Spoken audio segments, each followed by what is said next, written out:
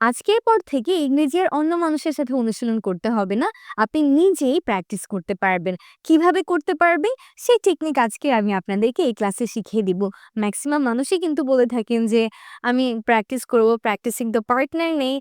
Practising partner না থাকলেও থেমে থাকার কোনো দরকার নেই। নিজেই এই উপায়টি ব্যবহার করে আপনি সহজেই ইংরেজি অনুশীলন করতে পারেন। চলুন তাহলে দেখে নেই। আমরা এখানে আসলে দেখব একটাই সেন্টেন্স কিন্তু এটাকে ভিন্নভাবে কিভাবে বলা যায়।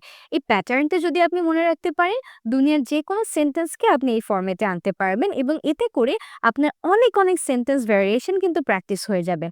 চলুন তাহলে দেরি না করে আমরা শুরু করি। ১ম এই আছে দেখেন, আমি অসুস্থ ছিলাম। I was sick. আমি অসুস্থ ছিলাম। I was sick. একটা past indefinite tense. আমি অসুস্থ ছিলাম। I was sick.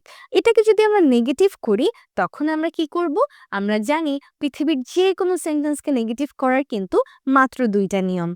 যদি আমার সেন্টেন্সে কোনো অক্সিলিয়ারি থাকে, তাহলে আমি সেটার সাথে একটা নো বা নট যুক্ত করে দিলেই আমার সেন্টেন্সটা কিন্তু নেগেটিভ হয়ে যায়। যেকোনো অক্সিলিয়ারি থাকলে নট যুক্ত করলেই নেগেটিভ হয়ে যায়। আর যদি কোনো অক্সিলিয়ারি না থাকে, খালি মেইন ভার্ব থাকে, তখন আমরা বাহির থেকে ডু, ডিড, ডাজ নিয়ে আসি। সেটার সাথে নট যুক্ত করে আমরা আমাদের সেন্টেন্সটাকে নেগেটিভ করি।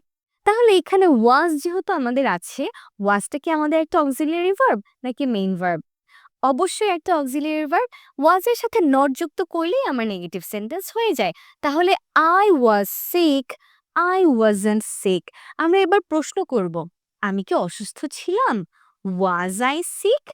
প্রশ্ন করার সময় আমরা আমাদের যে অক্সিলিয়ারি ভার্বটা আছে ওইটাকে সামনে নিয়ে আসি আর তারপর আমাদের প্রশ্ন বানাই। তাহলে আমাদের এখানে অক্সিলিয়ারি ছিল was, এইটাকে আমরা সামনে নিয়ে আসলাম আর তারপর আমরা প্রশ্ন করলাম was I sick? যদি আমি না বোধক প্রশ্ন করি, একই জিনিসই কিন্তু হবে যে আমি কি অসুস্থ ছিলাম না? Wasn't I sick? এবার আমরা প্রশ্ন করব যে আমি কখন অসুস্থ ছিলাম? কখন দিয়ে প্রশ্ন করতে চাইলে আমরা when এই WH ওয়ার্ডটাকে ব্যবহার করে থাকি। তাহলে আমরা যদি বলতে চাই আমি কখন অসুস্থ ছিলাম? When was I sick? আর যদি আমরা বলি আমি কেন অসুস্থ ছিলাম? কেন মানে why? Why was I sick? আমি কতদিন অসুস্থ ছিলাম? কতদিনের জন্য আমরা ব্যবহার করি how long? How long was I sick? চলুন অন্য একটা প্যাটার্নও আমরা ট্রাই করি। যেমন আমি বিজি ছিলাম বা আমি ব্যস্ত ছিলাম। I was busy. আমি ব্যস্ত ছিলাম না। I wasn't busy. আমি কি ব্যস্ত ছিলাম? Was I busy? আমি কি ব্যস্ত ছিলাম না? Wasn't I busy? আমি কবে ব্যস্ত ছিলাম? When was I busy? আমি কেন ব্যস্ত ছিলাম? Why was I busy? আমি কতদিন ব্যস্ত ছিলাম? How long was I busy? Let's say another sentence. আমি ক্লান্ত ছিলাম। I was tired. আমি ক্লান্ত ছিলাম না।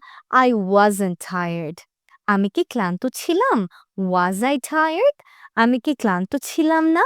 Wasn't I tired? আমি কবে ক্লান্ত ছিলাম? When was I tired? আমি কেন ক্লান্ত ছিলাম?